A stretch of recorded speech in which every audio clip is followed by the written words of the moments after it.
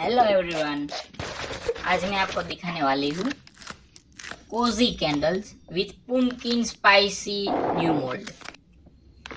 ये है हमारी pumpkin garden candle, handmade with love. Warm wax melt होता है, फ्रेगनेंस में होती है और हर लेयर में आती है एक खुशबू जो बनाए घर की और भी कोजी रेडी होती है। उसमें हम कलर और फ्रेगनेंस प्रॉपरली मिक्स कर रहे हैं। ब्राइट लाइट कैंडल्स की special edition, perfect for gifting, perfect for your mood.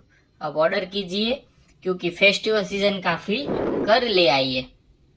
Basically 2 या 3 लेयर डाल देते पुम्पकिन का और वुडन लीड में डाल देते। आपको भी ऐसा कस्टमाइज लेबलिंग वाला चाहिए तो हमारे साथ कांटेक्ट कीजिए और नीचे दिए गए नंबर पे कॉल कीजिए। Thank you.